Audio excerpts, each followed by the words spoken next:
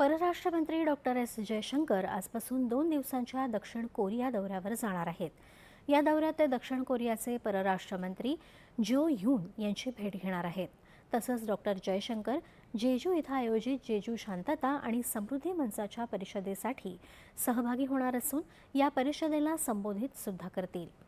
जयशंकर यांनी मंगोलिया दौऱ्यात काल द्विपक्षीय सहकार्य अधिक मजबूत करण्यासाठी महत्त्वपूर्ण चर्चा केली. त्यांनी मंगोलियाचे मंत्री आणि मुख्य कॅबिनेट सचिव बतमूर एंखबयार यांची भेट घेतली.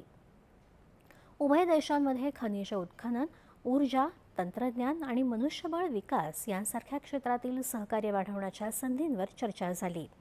ही भेट भारत मंगोलिया संबंध अधिक बळकट करण्याच्या दृष्टीनं महत्त्वपूर्ण ठरल्याचं जयशंकर यांनी समाज माध्यमावरच्या संदेशात म्हटलं आहे. पाकिस्तान